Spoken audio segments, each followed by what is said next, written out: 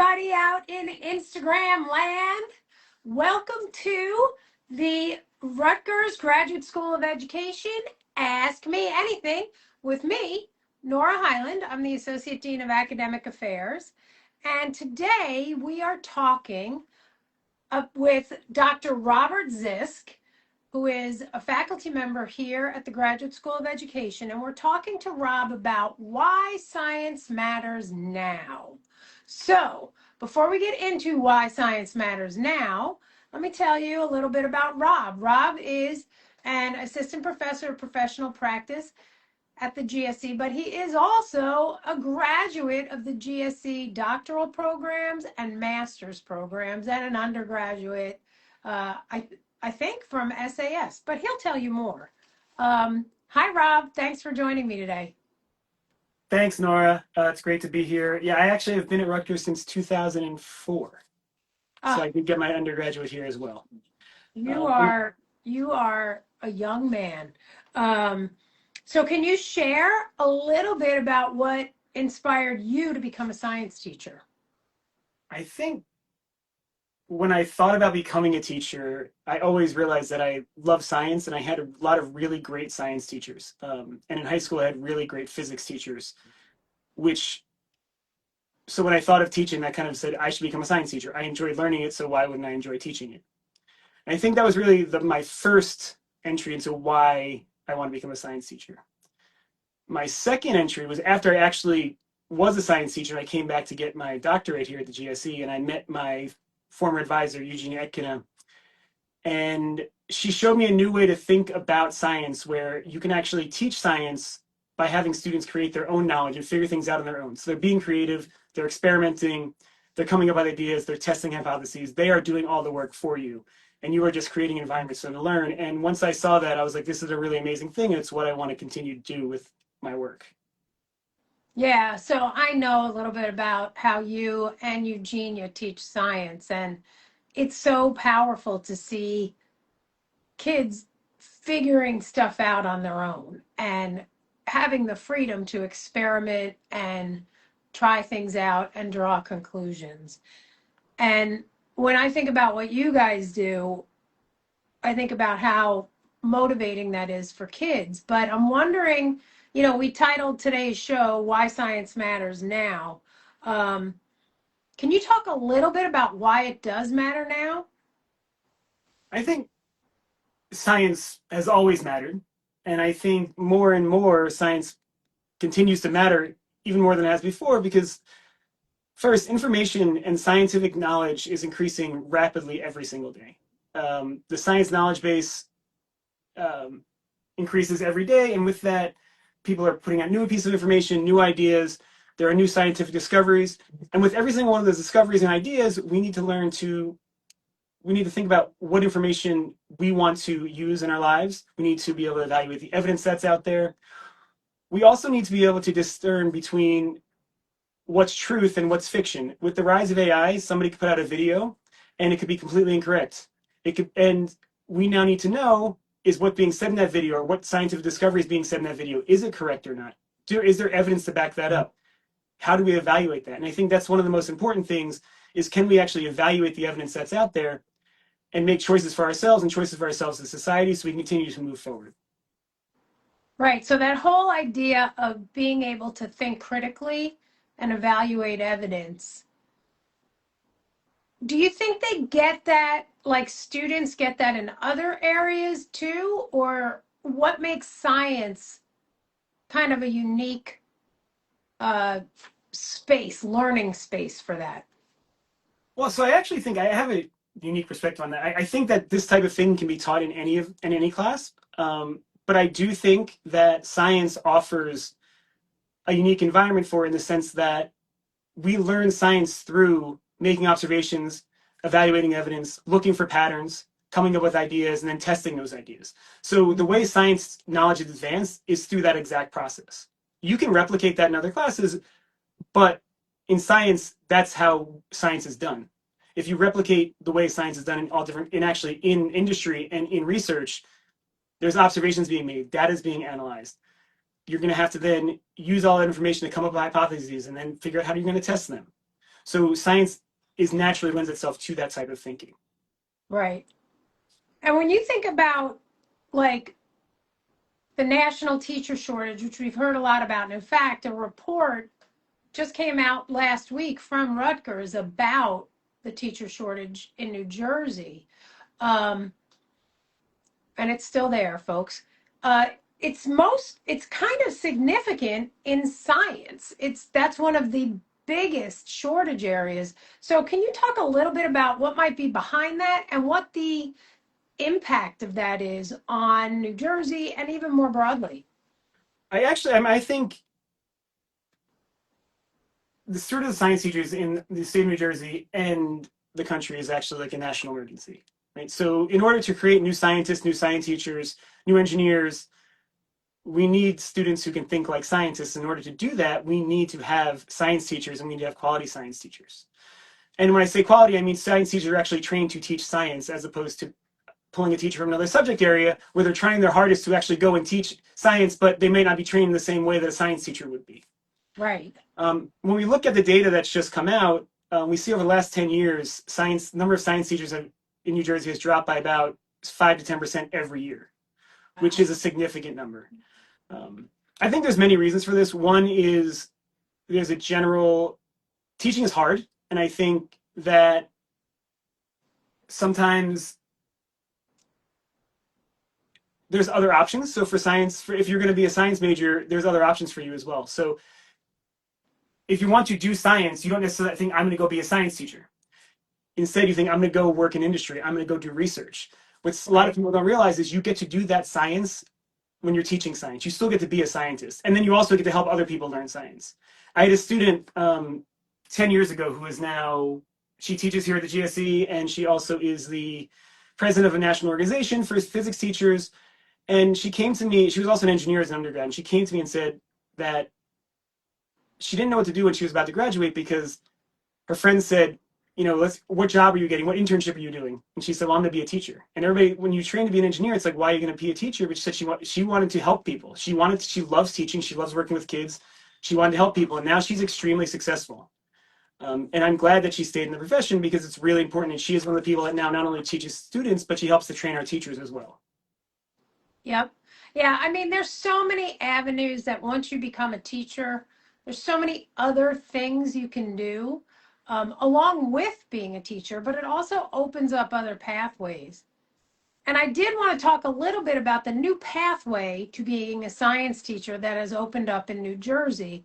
And we are offering this pathway to potential science teachers. Can you describe that a little bit, Rob, and kind of how that both addresses or hopes to address the shortage, but also maybe beneficial to some folks? So in the last couple of years, in an effort to address the shortage of science teachers, New Jersey has created a program where if you are a certified teacher in any content area and you have at least 6 credits in a science, so if you took 2 biology classes as an undergrad, or you took 2 physics classes as an undergrad, or you took 1 physics class and now you want to go back and take 1 more, once you have those 6 credits, you can enter into a program where you can actually get your certificate of eligibility by entering into our program. It's an advanced certification in science. um, get a job as a science teacher, and then basically get on the job training. So you'll get 24 more credits of science content training and science pedagogy training in our program, and you'll learn to teach as you are teaching, and you'll be supported by some of the same supports that our students in the initial licensure program do as well. So I Right. think that So go ahead. I think that's a really good opportunity for a lot of teachers who might want to explore science, or they might be teaching in an area where they need science teachers. And so your school might come to you and say, Rob, I need a science teacher. Do you think you can do it? And if you don't have the credits, you can't. But in this case, if you have those 6 credits, or you have 3 credits, or you don't even have the credits and you want to go take 2 entry-level courses, then you can become that. And while you're teaching, you have the support of the Rutgers faculty, which will help you in that process. Well, and if you don't have the 6 credits, we will also help you Yes. figure out what are the best 6 credits to take, right? Exactly. I was thinking, it's interesting right now in New Jersey, some school districts have had their budgets really cut and they may be riffing teachers. some of those some of those same districts have openings or a need for science teachers. So it is a pathway for many people. It might be beneficial not only to the individuals, but to our kids in the state who aren't getting high quality science teaching or any real science teaching, right?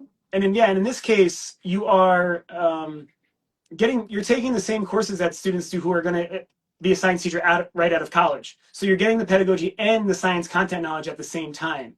So you are being prepared to be a science teacher, which greatly benefits our students. And there are districts and schools that have such a shortage of science teachers that there's one science teacher for every grade, or the science is only offered in certain years and things like that. And So there's a this lot of districts, particularly those that serve lower income communities, that don't even offer higher level science. Is that correct, Rob? That is correct. Particularly in some lower income communities, schools of need, the science is at the bare minimum. There is a shortage of science teachers, and districts with more resources tend to hire science teachers first and hire teachers in those areas in need first. So then what's left for schools that are in more of a need, they're still left without those science teachers. And what ends up happening is then they're able to offer the courses that are the minimum state requirements, but not beyond that. So they might not be offering multiple AP courses. They might not be offering electives. There are schools that are offering things like forensic science and all different environmental science courses and sustainability courses, all things that are really important nowadays. And those schools that are able to offer it are the ones that have the most resources to hire those teachers. Right. Because it's such a tight marketplace for teachers, right? Like the job market, if you're a science teacher, you can get a job pretty much. Yes. Um, but I also think, it's important, I think, for our listeners out there who, by the way, if any of you have any questions, just type them in the chat and my producer over here is happy to tell me if we have any questions. So please type away. We'll see your comments and questions. But it is really an equity issue in many ways too, because isn't upper level science classes are really a gatekeeper to getting into college for a lot of kids, right? Well, it's not only getting into college, it's also entering into a major. So, for example, if you want to become an engineer, your first year is spent taking there's a level of coursework that's kind of required or expected of you, and a level of knowledge that's expected of you, and automatically entering into the program. So you're, as an engineer, for example, or as a physicist, freshman year you need to take advanced level calculus. Not advanced level calculus, you need to take calculus that's meant for math and science majors. You need to take chemistry, you need to take physics. It's a heavy course load. If you have access to some of those courses in high school, you either have AP credits, which enable you to then not take those courses, so then your schedule is much different, or at least you have the content knowledge that helps you in those courses. It's much different if you've taken calculus or physics in high school and then you're going to take college level, engineering level physics or calculus than if you haven't. And I think Right. it's a shock for a lot of students. It was a shock for me when I entered into the engineering school many, many years ago. All the courses I needed to take, and it was definitely something I had to adapt to. We were just laughing the other day. My niece's friend is an engineering student, and he's in calculus 4 or 5 or something. And my brother and I were laughing, saying we didn't even know there was such a thing as calculus 5. But it's true when you start thinking about how much you might enter with a deficit. You have a lot more courses to take if you don't have that, right? Yeah, and the deficit here is not like the knowledge. The deficit is knowledge in the sense that they haven't taken the courses, but it's not that these students can't do it. It's not that if I didn't take these courses in high school, I can't do it. It's just that the time you're trying to graduate in 4 or 5 years, and college is expensive. So we want to make sure that we are, taking the courses that we need to take, and not all the prerequisite courses. So we're not really starting our major then until junior year or senior year. Right, right.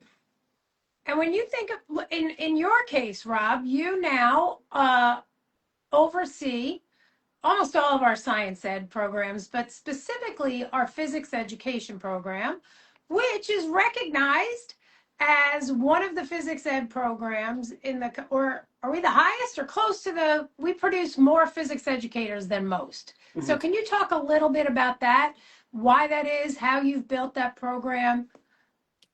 So I can't take all the credit. I have some infrastructure from when I got here, but I also have been involved in the program since 2011. And in that time, I've really worked hard to do three things. One is recruit students and show them that they can be physics teachers, and it's a really awesome career and a really awesome pathway.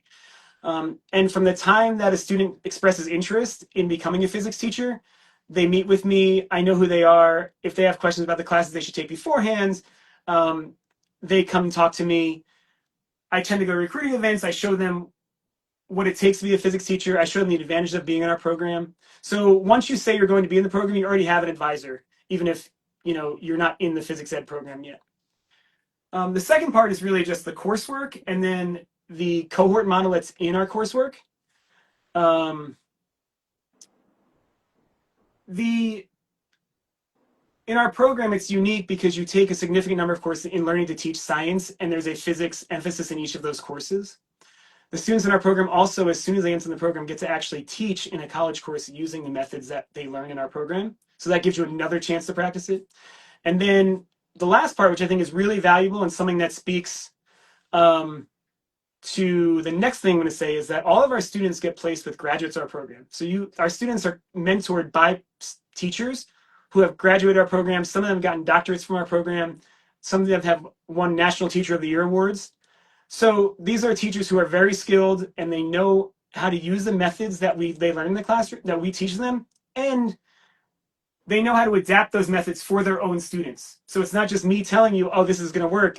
The students then go into the classroom and see high school students actually using them. The final thing is we really have a community. We have over 100 graduates now since the program has started. Well over 100 graduates now since the program has started, and they all are.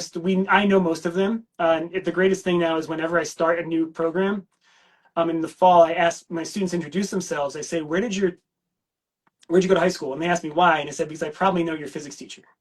And the coolest thing is, I know most of my students have had one of our graduates as a physics teacher, which That's so is cool. really awesome.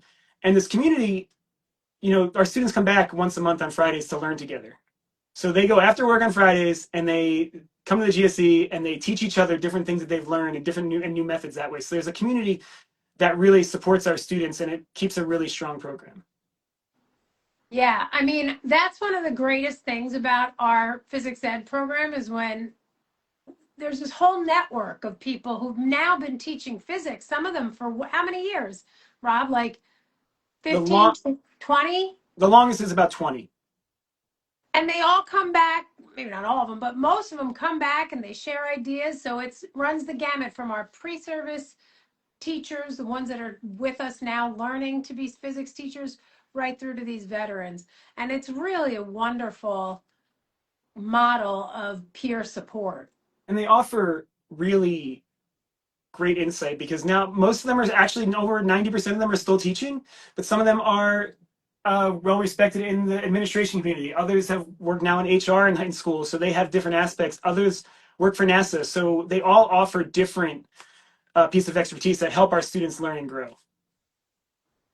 Yeah, that's awesome. All right, I have one more question on my list from the pre-solicited list of questions that my producer got, but we are happy to answer questions from anybody listening. So this question, Rob, is when you talk with people or just in your life as a science teacher educator, what are some of the misconceptions about science and science teaching that you encounter? So when you tell people you're a science teacher, there's two reactions. One is, oh, that's really so actually it's not a misconception, but oh, that's really hard, which is both a compliment. So saying you must be really smart or you must do really well in order to have done really well in order to be a physics teacher or a science teacher. But it's also, that's really hard.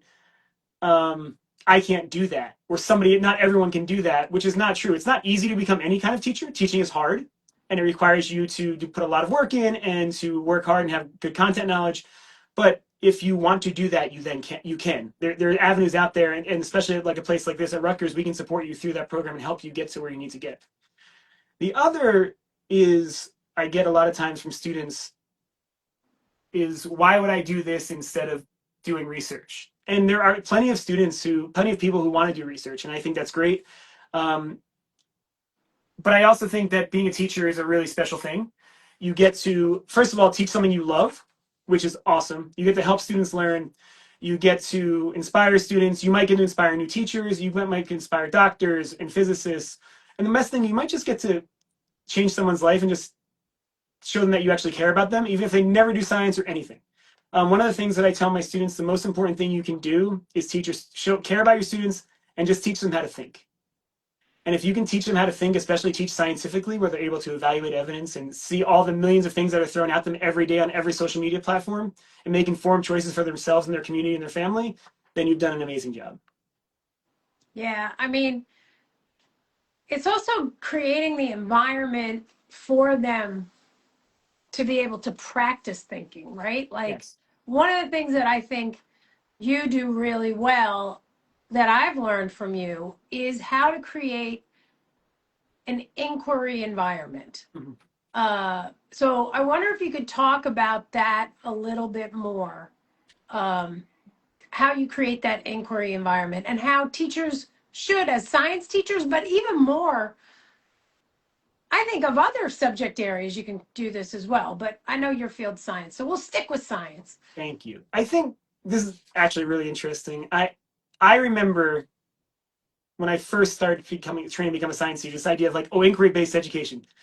And I had absolutely no idea what this meant. It was like, what are we just going to have? Like, everybody just ask questions? I think about things all the time. I have lots of questions. But the idea is that to create an inquiry environment, you need to set up a learning environment where students are presented with some phenomena, some observation that requires them then to think about it and use what they've observed, which is like the easiest thing anyone can do because you can just observe using your senses. We do it every single day, and everybody can be successful at it. So it can be something like, why did water dry up on a table? What did you notice about water drying up on a table? And they have these whole list of observations. So once you have those observations, students can then use the information they acquired and then think about other things they've learned in the past and integrate that with prior knowledge, and then start to look for patterns and come up with hypotheses. That's how you really create the inquiry environment. So you start with an observation, and then you develop an hypothesis, develop an explanation, and you figure out ways to test it. And through that testing, you're then coming up with new ideas. You might make new observations, and you eventually come to an idea that you can accept for now until we find some information to disprove it, or some new information that can change that idea. And as a former elementary teacher, and I know you taught elementary for a little while too. Um, I can remember setting up those sorts of inquiries with my kids, right? Like I would give them like a bunch of toy cars and some tracks and be like, all right, let's observe this. And so obviously steeper, of course, I'm going to probably mess up the science of this, something crazy. So just forgive me in advance, Rob. But like, if this track is at a steeper level, the car will go faster, right? Heavier cars will go faster. But we observe and then they test, right? So I can figure out how to do that with third graders. That's about, that's comfortable for me. Can you talk a little bit how you do that with more advanced scientific Well, I stuff? actually think that it's interesting. Something that would actually, that ramp, I mean, that's for high school physics would be a perfect thing, because there's so many different things they can vary. They can vary the height of the car starts. They can vary the angle. They can vary the weight of the car, and they find out that certain things actually don't matter, right?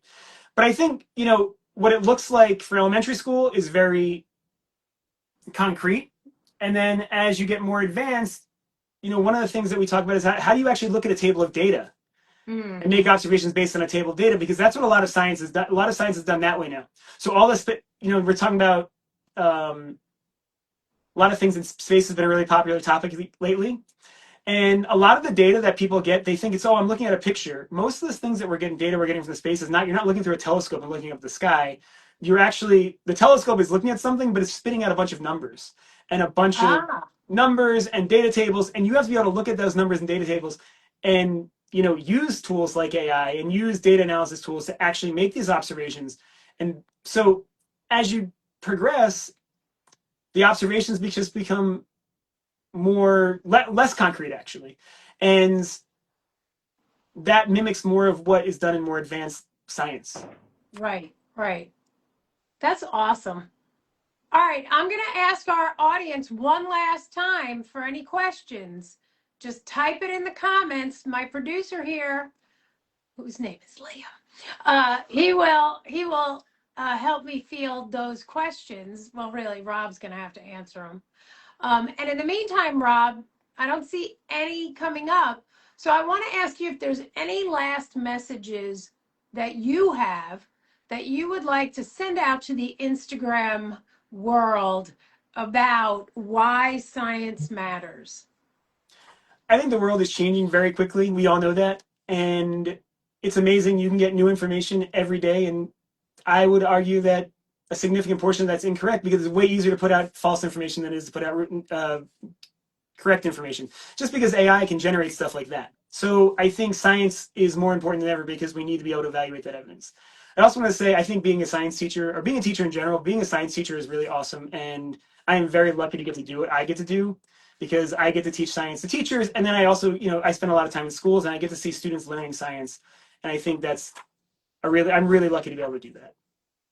And if any of you out there are interested in becoming a science teacher, let me tell you, Rob Zisk, right here, Dr. Rob Zisk is a great science teacher educator. You will learn a tremendous amount and you will go out there and be a great teacher. So come to Rutgers and contact us if you're interested in becoming a science teacher, or even if you're interested in learning more about science teacher education and new pathways that are opened up in the state. Um, Rob, I want to thank you so much for your time. This is my second Ask Me Anything. For the world out there listening, we are going to be doing one every month this whole academic year. I'm hoping I'm going to get a big contract, maybe by one of the networks at the end of the year. So there might be a job opening. We'll see here at Rutgers. No, I'm very pleased to do this. We want to showcase our faculty's tremendous work, as well as just the work at the GSE and around issues that are really pressing in the field of education. So thank you, Rob, for talking about science education with us. And have a great day, everybody. Thank you, Nora.